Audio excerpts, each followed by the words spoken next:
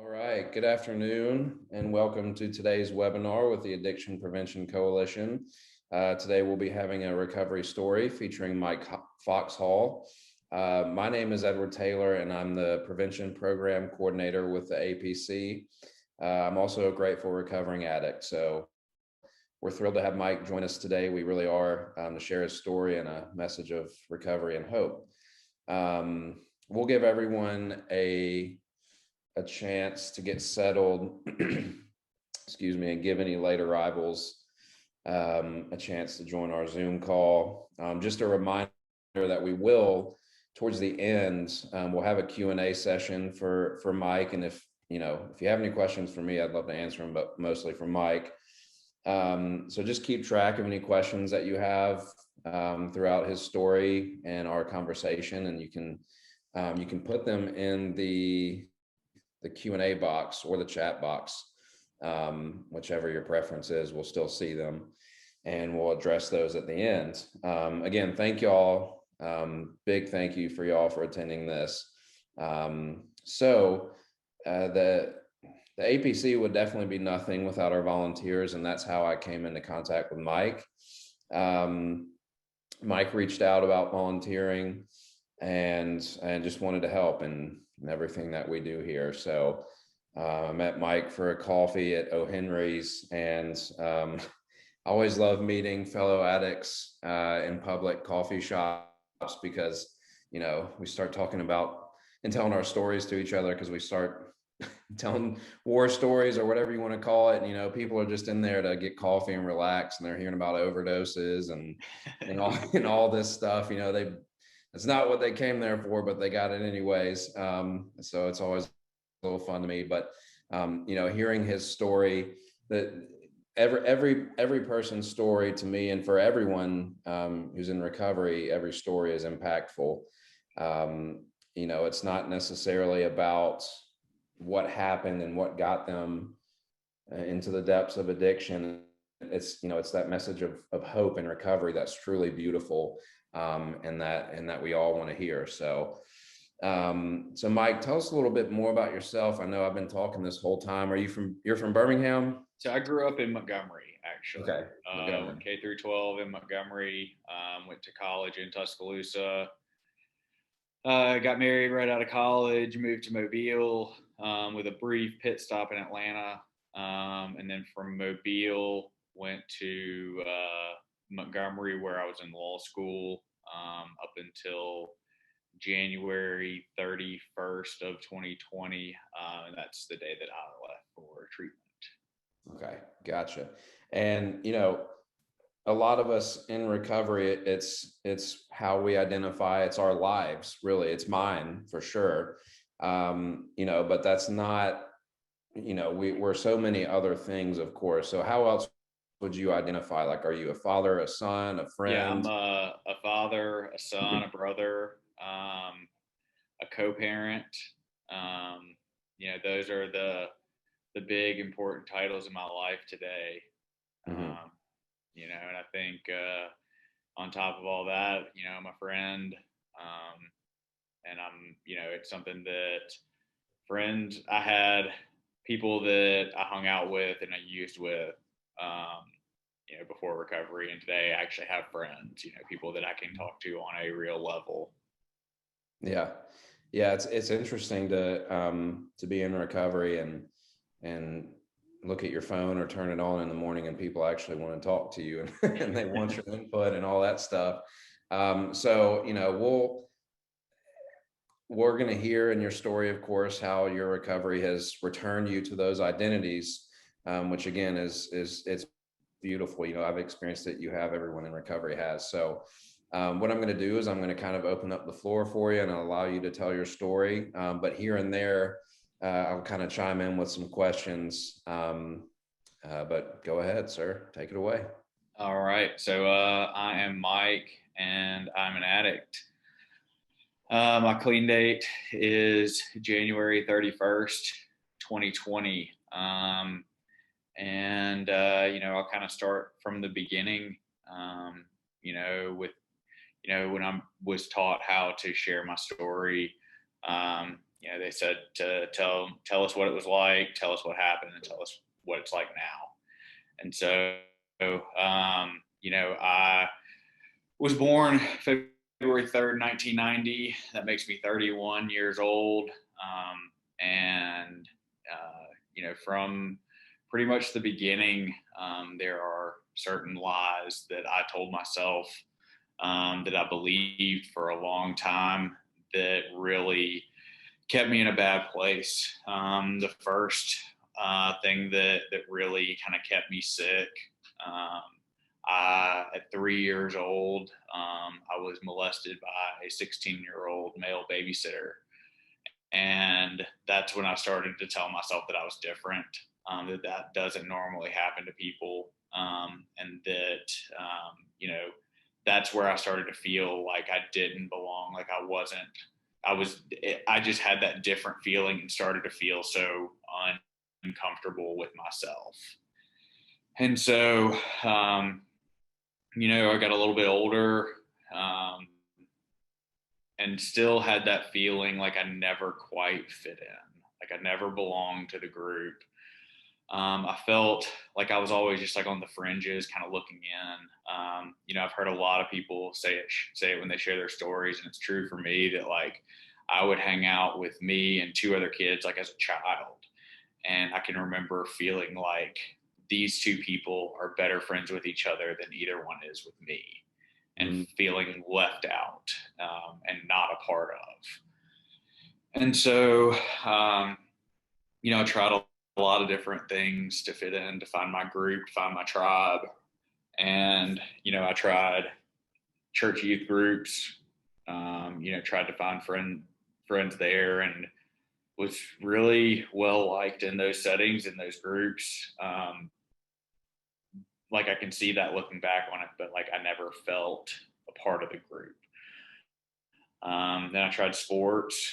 I felt like high school sports, these guys were teammates. They've got to be my friends. They've got to hang out with me. And, again, I felt like I was on the outside looking in, just not so far outside that I wasn't near it, but I was close enough that it was even worse because I was right there, but just couldn't quite break in. And so, I guess my experience with drinking and drugs kind of starts around that beginning of high school, ninth grade.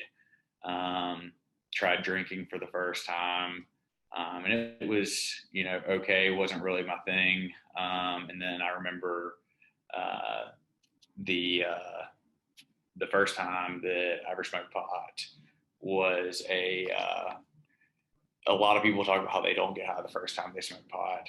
That's not true for me. I got high and I loved it. I felt like this is how I'm supposed to feel. This is the way that like normal people feel. And like, I'm going to feel this way every opportunity I get for the rest of my life. And so throughout high school, you're pretty standard, going out on the weekends, drinking, smoking pot whenever I could find an opportunity to, and really didn't see any consequences from it. Things were still fun. Everyone always says that drinking and using is fun until it's not. And then it's really not. And so for me, I go off to college and I get that taste of freedom. I've got parents that, kept a relatively tight leash on me. And then I got off the leash and really, I guess, spread my wings, you could say. Again, trying to find my group, trying to find my tribe. I joined a fraternity, and for a budding addict, that is not a great combination. You mix fraternity life with, trying to find something to change the way you feel, and you're going to find something to change the way you feel more times than not. So I remember, and this whole time, probably from the time I was 13, was prescribed to Adderall, and never really liked it, but liked that it changed the way I felt. It was one of those things, anything's better than the way that I feel without anything. So college starts, drinking on daily basis, smoking pot on a daily basis, taking my Adderall here and there. You know, if I have to cram for a test, even though I didn't really do much of that freshman year, I didn't really study, and that my grades reflected it. I remember going home for Christmas break. My GPA first semester of college was a 0.667. And I remember talking to one of the older guys in my fraternity while I was home for Christmas break. I was like, yeah, you know, man, I screwed up. I partied too much. I did too many drugs. And I made bad grades. And I will never forget what he said to me. He said, you didn't do too many drugs. You did the wrong drug. He said, come find me after Christmas break, and I'll show you what cocaine's about. And so I get back, and if I thought that smoking pot was the way that I was supposed to feel, you know, for the rest of my life, I remember the first time I snorted cocaine. It was 10 times that. That was it. I had found it. I had arrived. You know, I did that. What's that? It's funny how those experiences, they will, it was my experience too. They not only answer or solve every problem you have, but they solve ones you didn't even know you had. Yeah. Like, wow. Yeah. So I hear you. Go ahead, sir. That's, you know, and from there, the next probably year and a half, I, you know, was going out every night, going out a lot of afternoons as well. Drinking started early in the day, and, you know, I had something that would let me go all night. And so it was, you know, I did just enough to get by academically, just barely scraping by. You know, moved into the fraternity house eventually, which was even worse for me. You know, there was always something to do. There was always someone to go party with. And, but like during this time, like I remember, you know, like the reason I joined the fraternity was trying to like find my group, to find my tribe, to find where I fit in. And I remember several times like being in the middle of a party at my fraternity house, 100 guys around me that are fraternity brothers, all these girls that I know, and just having this like gut wrenching feeling that like I'm completely alone. Nobody understands me. I don't fit in.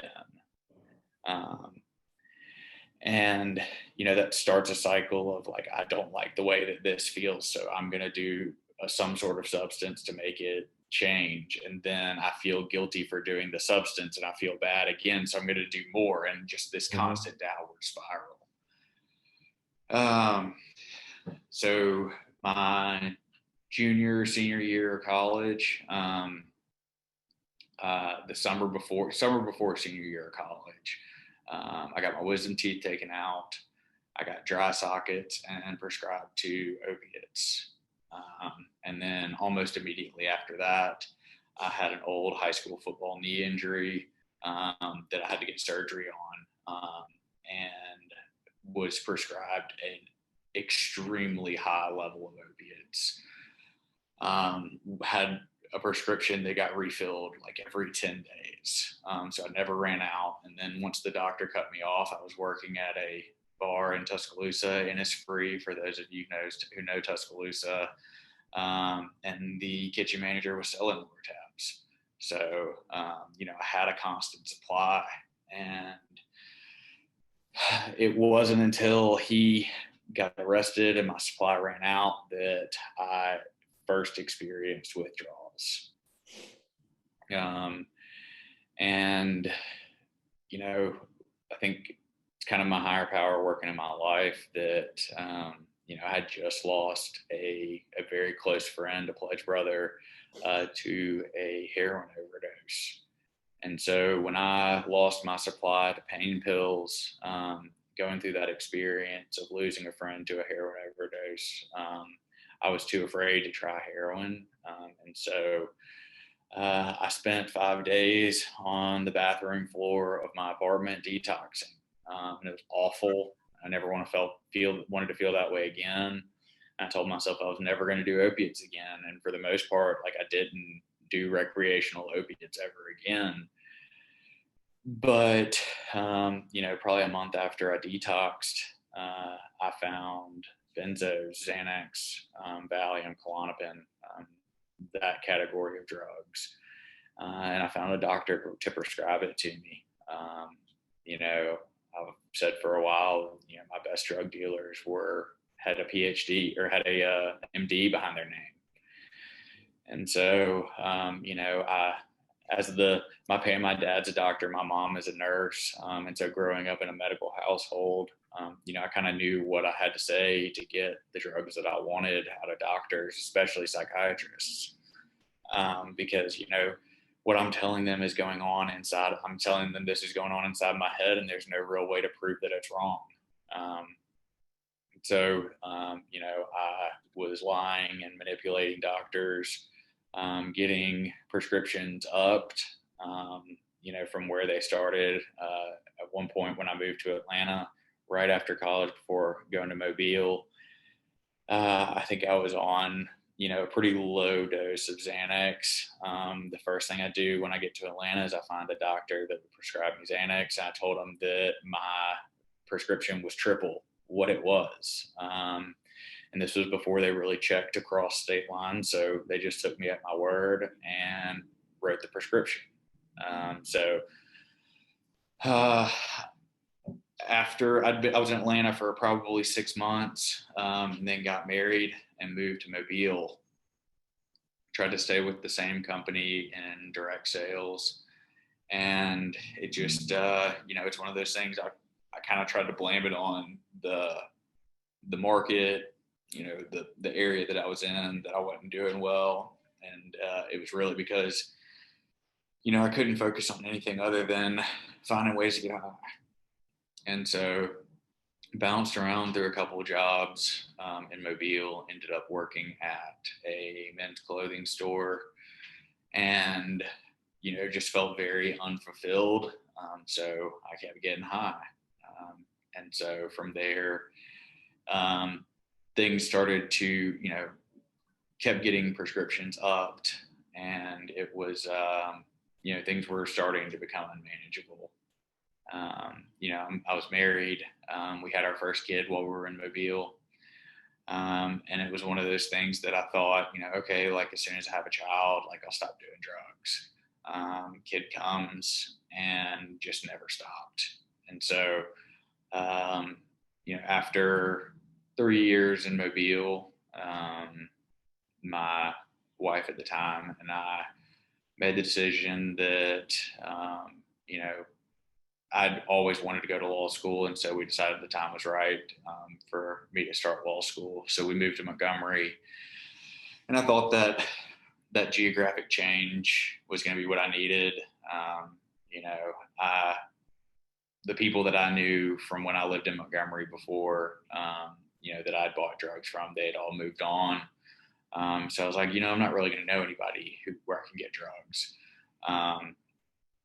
But we moved to Montgomery, and the first thing I did, I found somebody at my law school that I knew did drugs, and I found out where they got them, and I started getting them there too. So it was,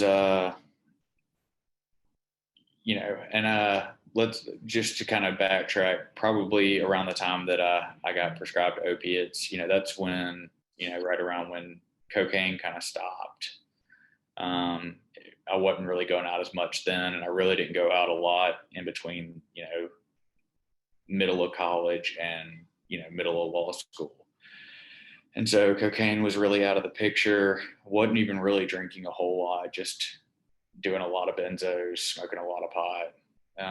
And then I get to law school, and, I'm still getting high a lot, and I don't do well my first semester of law school. I'm kind of on academic probation from that point on in law school.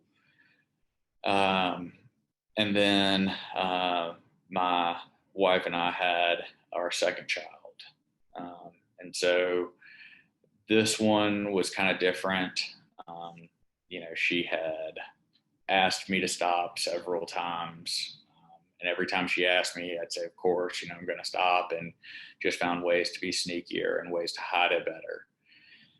And so, the moment that I kind of realized that, I was an addict, that I had a problem, it wasn't the first time I went through withdrawals. It wasn't, when I'm partying every night in college. It was, my younger son was born, and he had to go to the NICU for a little under 2 weeks.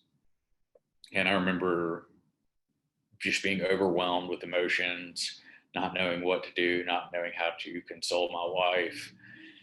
And I remember calling my guy and having drugs delivered to the hospital, and meeting him in the parking lot and buying drugs in the hospital, the parking lot, the day my son was born. And I remember getting back in the elevator and being like, fuck, I got a problem.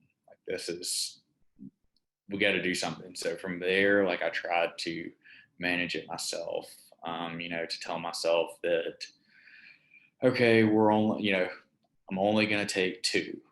I'm only going to take them as prescribed today.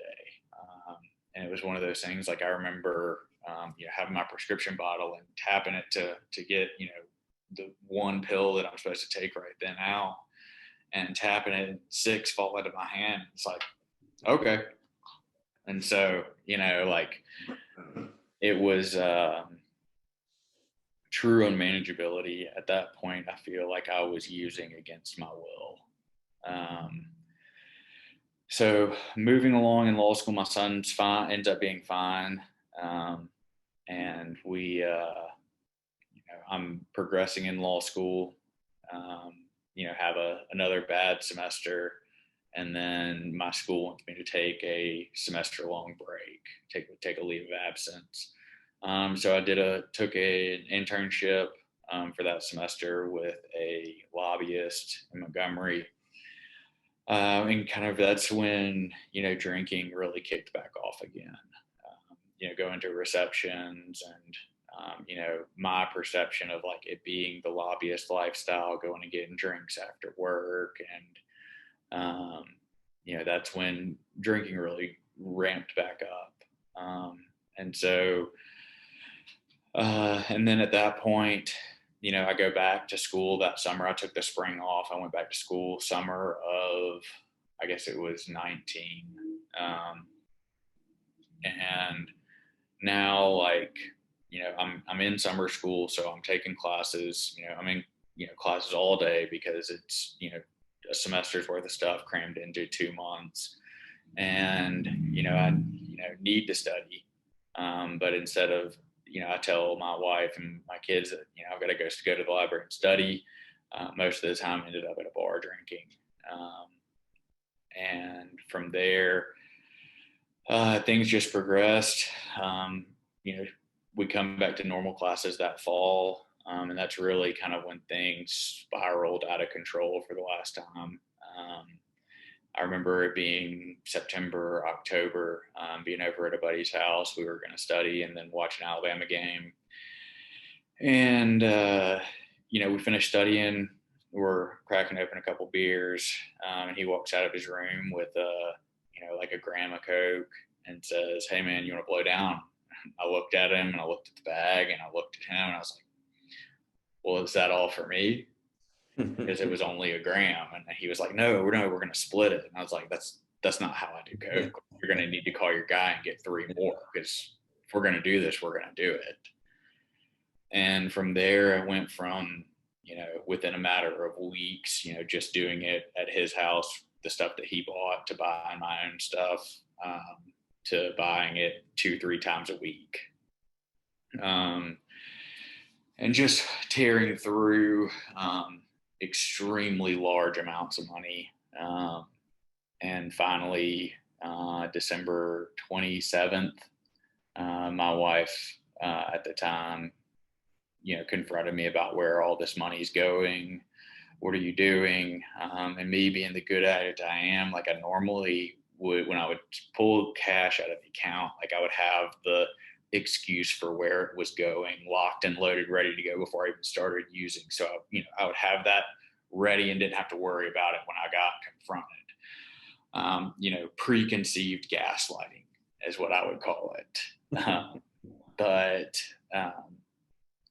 that night, had finished my mom was in town, so I didn't go out necessarily. Stayed in and drank at home, and was going, back to the bathroom to snort lines, pretty much regularly throughout the night. So I remember being, mom's gone to sleep, kids have gone to sleep, wife is in bed. It's like 3 o'clock in the morning. I'm still tweaked, can't go to sleep. And she sends me a text message and says, "Hey, come back here. I need to ask you something." And I go back there. She asks me where all the money's gone. And, I'm at the point where I'm so fucked up that I can't remember my excuse that I had locked and loaded, ready to go. So, and honestly, I was just so tired. I was tired of lying. I was tired of sneaking around. I was just tired and I was exhausted. And so, I told her that I've been buying drugs, and it's more than what you think. It's more than it's worse than you could imagine. And rightfully so, I got probably the worst tongue lashing of my life. I think I deserved every second of it.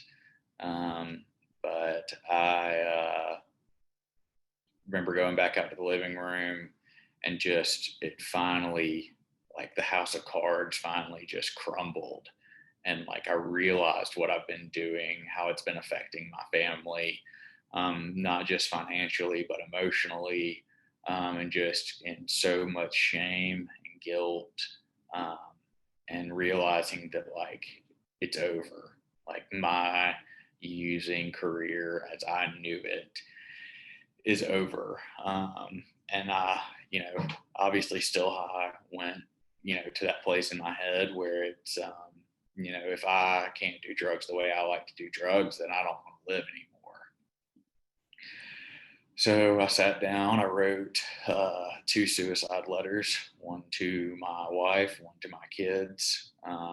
And, I think, again, it's my higher power working in my life. My mom wakes up at 3 o'clock in the morning to go to the bathroom and sees me dressed, getting ready to walk out the front door to go to my parents' lake house and kill myself. And she stops me. She doesn't want me to leave because she knows I've been drinking. She doesn't want me to drive to the lake. I tell her, "No, Mom, it's fine. Like, I'm fine. I'm sobered up a little bit. I'm good." My wife and I got into it. I'm just going to go to the lake and I'll be back tomorrow. Having no intention of ever coming back. So we were arguing. She walks into the kitchen and sees 2 letters on the counter and realizes what they are and what I'm about to do. So she takes all of the keys in the house, all the car keys in the house, and keeps them with her for the rest of the night. And the next day, I end up at the Bradford Intake Center in Montgomery. And, that's where like the willingness started. Well, actually the willingness started with, willing to get honest. That's about as far as I was willing to go. And like, for me, like willingness is something that's grown and changed and evolved throughout my recovery. And so I was willing to get honest with my family and tell them what I've been doing. And my wife and I were in marriage counseling at the time. So, I got honest with the marriage counselor, and she was like, "You need a professional assessment with the combination of drugs that you've been doing. You may need to medically detox."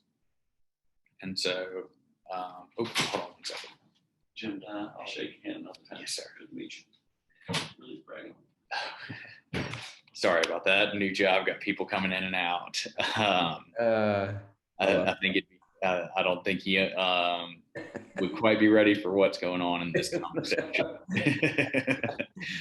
I was going to mention, you talk about, that first big moment of willingness. You have your path in recovery, which is through the 12 steps. Obviously this isn't a 12-step meeting, but it's just what has happened to you, and that's my pathway too. So you and I can only really speak on that. And I can say that, you made a great point about your conception of willingness changing as you experience more and more sober life.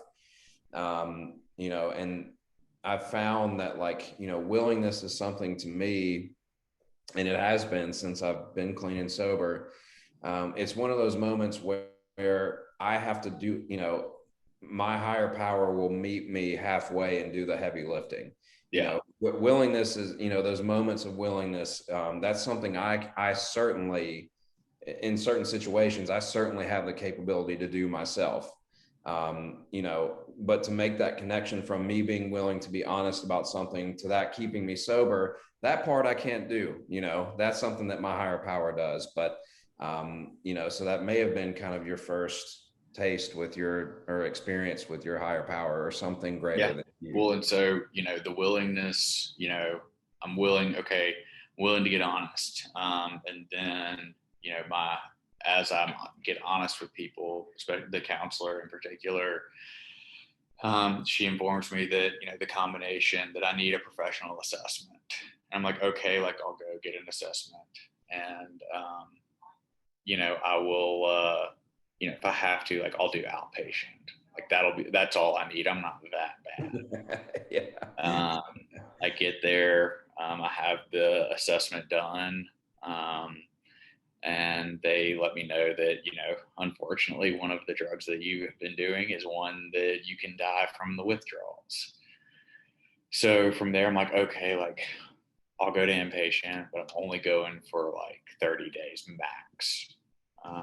And then I get there, and again, they, because I was in law school, and at the time I wanted to stay in law school, I fell under the supervision of the Alabama Lawyers Assistance Program, which is part of the Alabama State Bar. And in order to stay in school, I had to follow the treatment recommendations of the facility that I was at.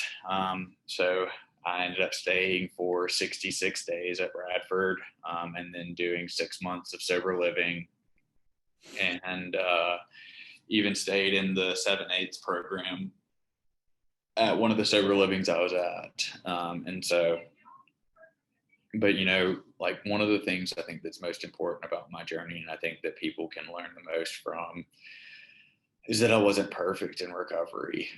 In fact, I think I've made the biggest mistake in my life, in recovery while I was clean, still in treatment. I was in treatment, and I found out very quickly that when you take away actual physical narcotic drugs, my next favorite drug is women.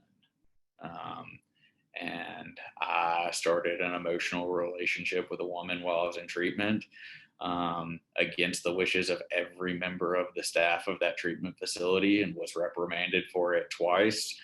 And actually my initial recommendation was that I stay in treatment for 70 days, but at 66 days, they were so worried that I was going to get written up again and wouldn't get to go to sober living, that they went ahead and just kind of sent me on 4 days early. And ultimately that decision, I think, cost me my family. My wife filed for divorce 3 weeks into sober living, after finding out the extent of that relationship. And, it's tough to, it's hard to look at mistakes that I made while I was using, but it's 1,000 times harder to look at mistakes that I can't blame on drugs. That's just me. And that's, to me, that shows that, the drugs were never the problem. I was the problem, and I had to do serious work on myself. And ultimately, the things that they warned me about in treatment with that relationship was that, and they were right about. They said that this person will become your higher power or block you from having a relationship with a higher power. And that's completely my experience. I was completely wrapped up. My entire thought life revolved around this one person. I didn't really care about anything else. As long as I had that, I'd be fine. And it wasn't until my therapist, who turned out to be that girl's therapist as well, found out about our relationship, and insisted that it be stopped. So we cut off contact for a good 6 weeks. And it's in those 6 weeks that I met my first sponsor in Narcotics Anonymous. I started working steps with him. We got through 1, 2, 3, and my experience, I think I went through what I needed to before working the steps, because when I worked 1, 2, and 3, I didn't just work them regarding drinking or using drugs. I worked it regarding my emotions and my feelings for this person. Mm-hmm. And it showed me that the 12 steps in Narcotics Anonymous, the 12 steps of Alcoholics Anonymous, any 12-step program, those 12 steps don't just apply to substances. It applies to everything, anything that I'm powerless over. And so that was a huge moment for me in my recovery. Is realizing, everyone talks about, the huge relief they get from working steps 4 and 5, writing the inventory and talking about it with somebody, or 8 and 9, where you're, coming up with your amends list and making those amends. For me, the most relief that I've gotten in recovery was working steps 2 and 3, coming to believe that power greater than myself could restore me to sanity, and turning my will and my life over to the power of God as I understand Him. Realizing that I don't have to control everything in my life. I don't have to self-will everything through. I don't have to be 100% in control, that I can turn aspects of my life over to a loving, caring God of my understanding that has my best interest at heart. That's where the relief came for me. And then, I 100% just dove into Narcotics Anonymous. I dove in head first into the deep end. At 6 months, had a service position at my home group. Started chaired meetings and doing topics at 90 days. Getting in, my sponsor right now always talks about getting in the middle of the boat. If you're in the middle of the boat and you hit some waves and some bumps, you're not going to be the one that bounces out. Guys on the edge of the boat are going to be the ones that bounce out. So I got in the middle of the boat. And I think most importantly, I built a network of men in recovery who had substantial clean time. Not guys that I was in sober living with or that I was in treatment with. Those relationships are awesome. And I've got several people that I'm still in touch with from treatment and from sober living.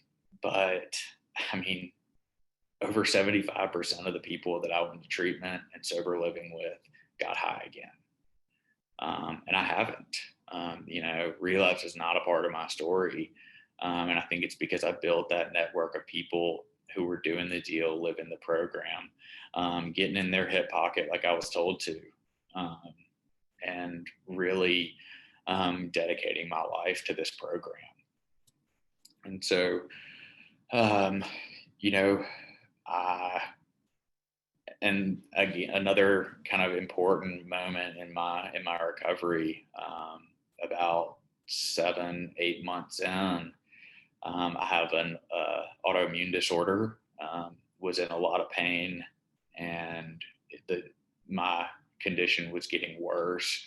I was admitted to the hospital for 4 days and to get IV steroids. I get there, and the first thing they say is you need some pain medicine, and narcotics, strong pain medicine. And I was freaked out. I was extremely nervous about doing that, because I didn't want to ignite some flame that had been, almost snuffed out at this point. And so I spent the next 7 hours on the phone talking with other addicts, talking about their experience with pain medication and recovery, examining my motivations behind taking it. Am I taking it because I want it, or am I taking it because I need it? And then actually led topic in a Zoom meeting on taking narcotic pain medication in recovery. And I got a lot of really great suggestions, and ended up actually taking it. My doctor explained to me that, my body was not going to heal itself until it wasn't in pain anymore, and I needed that relief.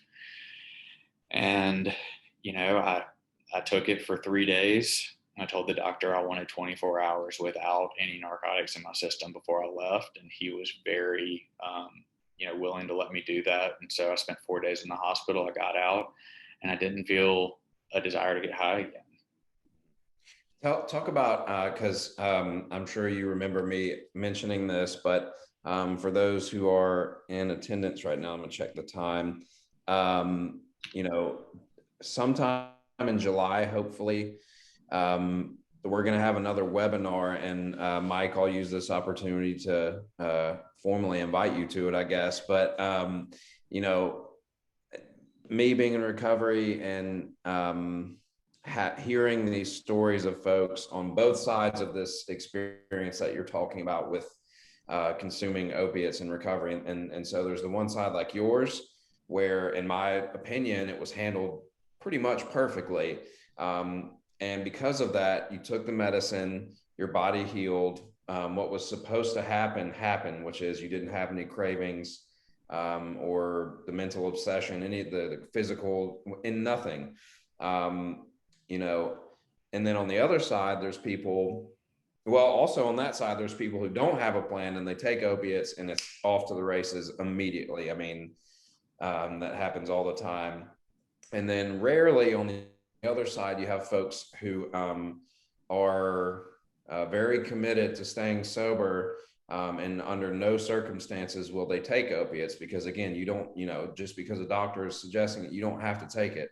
And then there are some severe health complications that can arise from that. So anyways, we're going to have, like I said, in about a month, Mike will join us. I'm going to see if I can find some other folks in recovery who are willing to speak on their experience. We're going to have a therapist specialist that will be on to talk about this. And then sometime in the fall, maybe November, we're going to have some folks, hopefully from UAB, some doctors that are going to talk and share their expertise on it. But that is the power of the 12 steps, in my opinion. That is your experience with them, so I can't tell you what that was, whether it was the fellowship, your higher power, whatever. But I know for me, that's the power of my higher power that I got from this program, which is there is a situation where if I had to, opiates could be put in my body, and I'm a heroin addict, so that's all that I think about or want if I'm using. But there's a situation where I can put something like morphine in my body, and my body gets what it needs, and it doesn't even cross my mind of So that's a really powerful story. Well, and what I think the coolest part of that experience was when I got the pain medicines. I was they were administering it IV. It wasn't like I was getting pills to take. They were putting it in my IV, and I expected to feel this rush, this feeling, this high. But because I was actually in pain, I was given a proper dosage of pain medication, I didn't feel high. I never got the high feeling until the last dose they gave me. I started to feel high, and I said, okay, I'm done. Yeah. Now that's my body telling me that I don't need it anymore. Yeah. And it was such a cool experience to go through that and to realize that, yes, opiates are a huge problem in our society today, but when they're administered correctly, you don't get high off of them. Mm-hmm.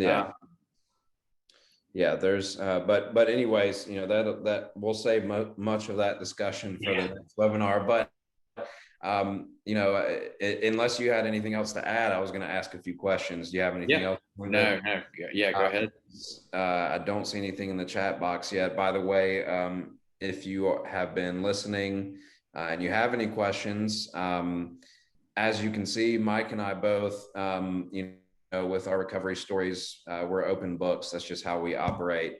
So, I would be shocked if you asked Mike something that he wouldn't be willing to answer. Same thing with me. I think it's funny.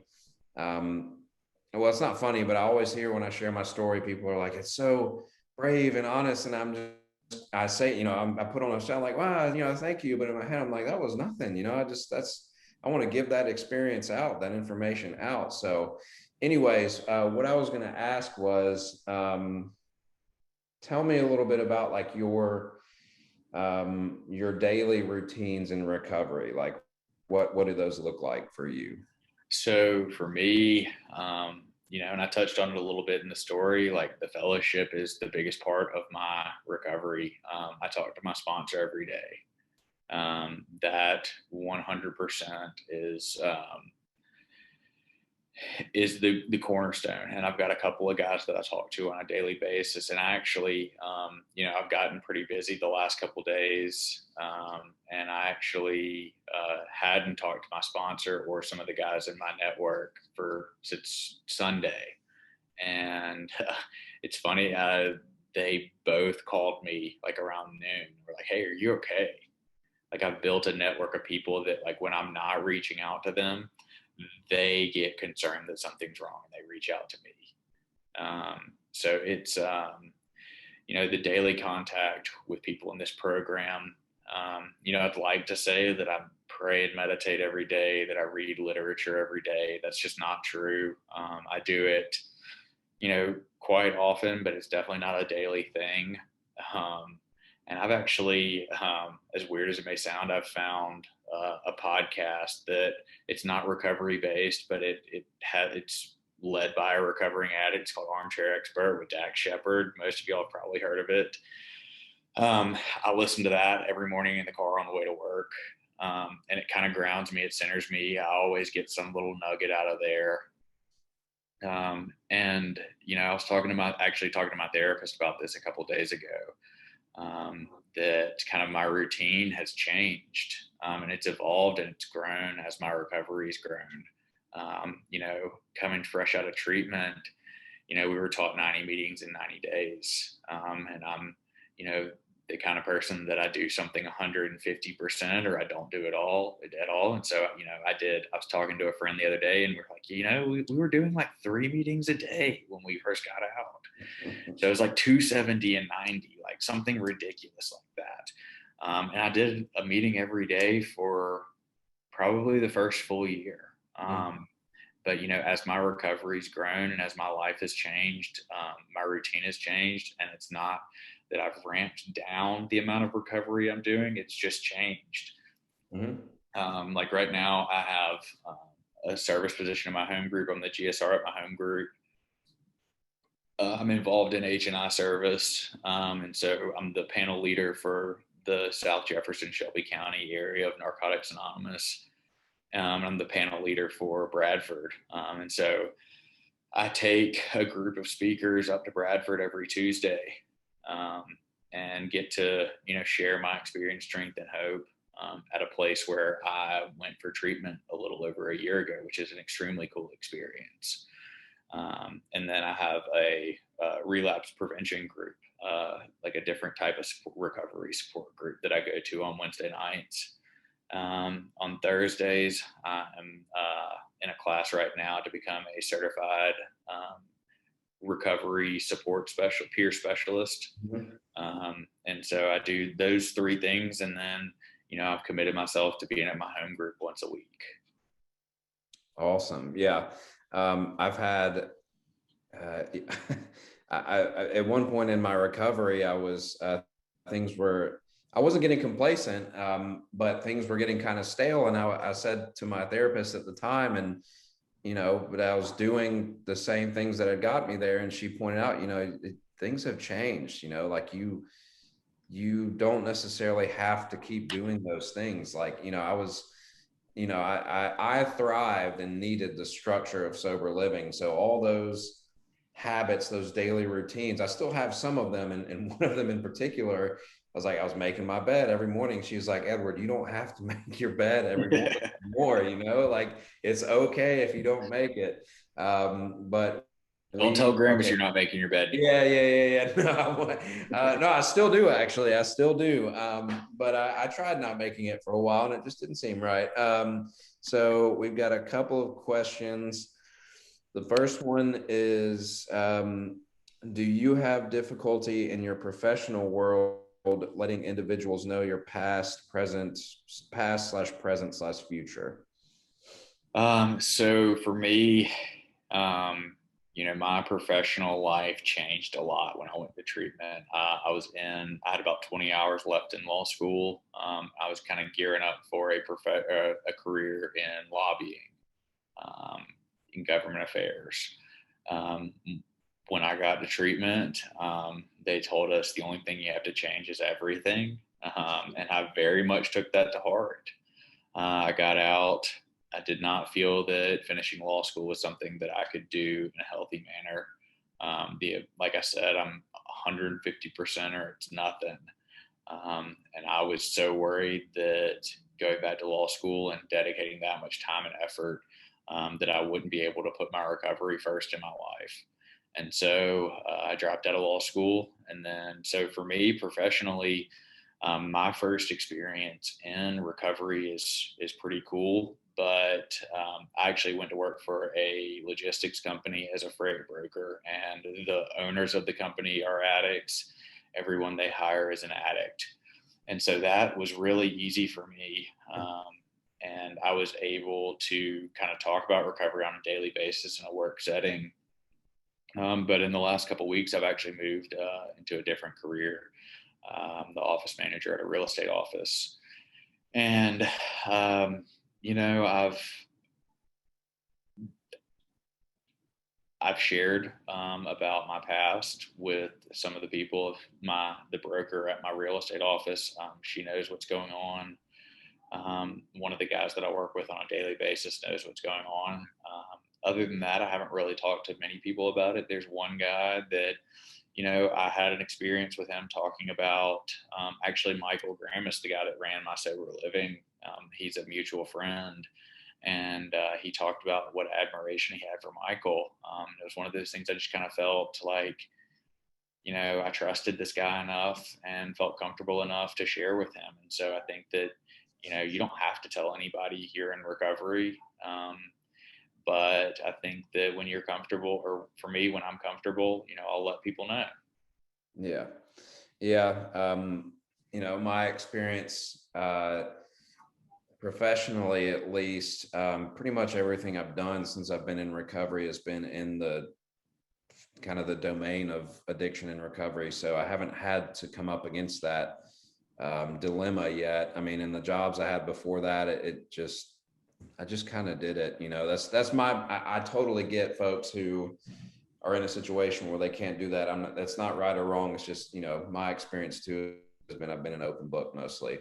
All right. So I think we've got time for one more, and this one looks like it will take up all the time we have left. So it's asking, is there anything parents can do for their adult children who are in recovery now?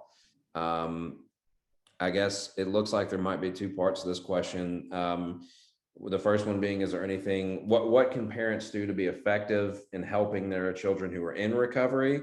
And then maybe it looks like, what can parents do to be effective for their children who are in active addiction? So no pressure, Mike, just two real simple questions for you. Yeah. First of all, I tell you, I'm going to speak from my own personal experience. I believe that recovery is, the program of recovery that I work is one of experience, not of advice. I'm not going to give anybody advice on anything to do. I'm going to share my experience. And if you think it could work, what have worked for me could work for you, that's awesome. But so my experience with that, like my mom asked me after I got out of treatment if she should have sent me to rehab, 8 years before, when she first found out that I was doing drugs of some sort.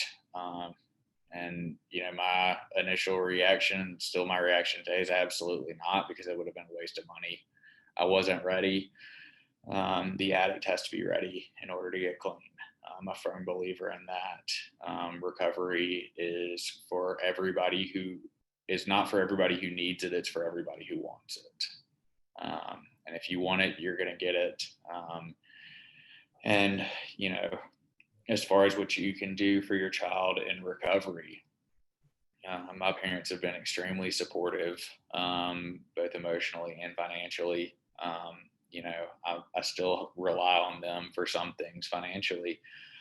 And I think that has absolutely, you know, it's made my life easier. It's made recovery easier, that I don't have a lot of the financial stressors that a lot of people do in early recovery. You know, my parents paid for my treatment. They paid for my sober living. And they still help me out from time to time when, you know, I come up a little short at the end of the month. So it's, but at the same time, they do have, my mom has set a really good boundary to where it's not, you know, enabling addict behavior.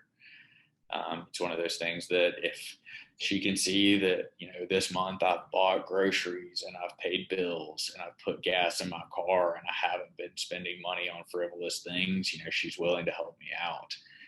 But when she sees me eating at Chick-fil-A 5 times a week and, you know, going and buying new clothes at the mall or something, like, that financial help isn't there. So I know that if I'm doing what I'm supposed to do, that I'm not going to fall flat on my face. But that if I'm off, you know, being irresponsible and buying things that I think are going to make me feel better, trying to fill that addicty hole in my soul, you know, it's, you know, I think strong boundaries are really important. But I think compassion is just as important as well. Yeah. And to the attendee who asked that question, if you want to, on our website, the APC website, there are a lot of resources available for parents of loved ones who are in recovery and addiction, or just concerned, you know, because we're always thinking and working on that whole area, because it's very important. You know, this disease of addiction, like it or not, it affects everyone that is involved in somebody's circle. So yes, Ashley kindly jumps in with the apcbhem.org. That is our website. Thank you, Ashley. So we've got a couple of minutes. I think there's one in the Q&A section. Q&A, okay. Down there at the bottom. Yes. It's actually from a very good family friend that I'm very happy is on here. Okay. It says, can you see it, Mike? Yeah, it says fitting in is important for all of us. Do you think your desire to fit in was the biggest drive initially? Second, do you think that your autoimmune disease and surgery were an excuse to do the drugs? So first of all, yes, I definitely think that the drive to fit in was the number one thing that pushed me towards drugs, at least drinking and smoking pot at first, and even cocaine, because those were social things. And, you know, when I did them for a little while, for, you know, a few minutes, maybe 30 minutes to an hour, like, I did feel like I fit in. Mm-hmm. And that was early on in my using career. And, you know, I think that it's just like, you know, drugs are fun until they're not. Like, drugs work until they just don't. Mm-hmm. And for me, like, I wasn't even really getting high the last few years. I was chasing a feeling, trying to maintain what I'd gotten to before. And then as far as, you know, using surgery and an autoimmune disorder as an excuse, it wasn't necessarily an excuse, because at that point, I think that I was already pretty deep into active addiction. They were just opportunities to get more of what I wanted. Sure. Yeah. You know, I have a somewhat similar experience. You know, I knew I liked opiate. Well, let me back up and say too that Mike and I's stories intersect in many different places. And, you know, especially that feeling of not fitting in, or always feeling apart from, not a part of, you know, that was what first, you know, I tried pot and I liked it. Okay. And then I tried drinking, and that was that was great, and I really felt a part of, and then, opiates, and that was kind of the best thing I'd ever felt in my life. But anyways, I had some back issues, and it was kind of something similar. I probably did to keep people off my back. I used it as an excuse as to why I was so high all the time, because I knew we just had a surgery. But I definitely mostly used it as an opportunity to get as many of these opiates. I would even use it as an excuse, like to drug dealers, like so that for some reason they wouldn't think less of me or something. Like if they knew I had a back injury, which I did, then they would give. I don't know. But anyways, yeah, it was definitely more of an opportunity thing for me. I don't know if this is going to cut off on us, Ashley. If you, because it is 3:00 now. I don't know if this is going to cut off any second because it's been an hour.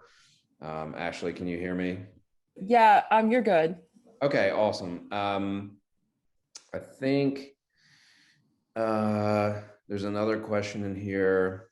And to be honest, I don't fully understand it. It says something done from the family perspective. I hope that when we answer the next question that helped. And I also hope to Brenda, who asked that question, again, the same advice of going to our website and kind of exploring what's on there. Sounds like it might be helpful to you. Janice just sent you a nice message, Mike. I'm trying to think any questions that I have for you, because I guess one of them wasn't really a question, and I already mentioned it, which is, there's a lot of similarities between our stories, and you kind of mentioned that that you'd always wanted to find your tribe, so to speak, feel a part of, feel like you were giving back in a community, and you found that with NA. And I've had a very similar experience with HA. So it's and also to your experience with the steps is a great example, in my opinion, how any one of us who chooses to work the steps, again, there are several other avenues for recovery. The 12 steps certainly don't have a monopoly on recovery, but if someone chooses to work them, they will find, if they honestly apply themselves, they'll find the parts of it that speak to them the most. For you, it seems like it's the community, the fellowship aspect, the social aspect of it. And for me, it's a little bit different. For everyone, it's a little bit different. But yes, it looks like our time might be up. Again, thank you to everyone that has attended. Above all that, thank you, Mike, for coming and taking time out of your day and sharing your story. Thank you for having me. Every time I tell my story, I feel like I get more out of it than anybody else does. Yeah, it's part of what helps keep me clean. Yes. And one last thing for everyone who, if you're still here, the Addiction Prevention Coalition is having a pop-up resource fair tomorrow at Lynn Park from 11 a.m. to 2 p.m. Last I checked, I think there were 25 organizations that had RSVP'd as a yes, or they're coming. So, for those attendees who are curious about family resources, there's going to be a lot of that there. It is going to be hot, but we'll have water and pizza, and I think there's an ice cream truck too. So it's at Lynn Park, and it's at the entrance of 20th Street North and Park Place, that intersection. It's where the statue of Charles Lynn was that they removed last summer, if that makes it any clearer. So thank you all for attending. Mike, thank you. And we hope to see you all tomorrow, okay? Thanks, Edward. All right, thanks, guys.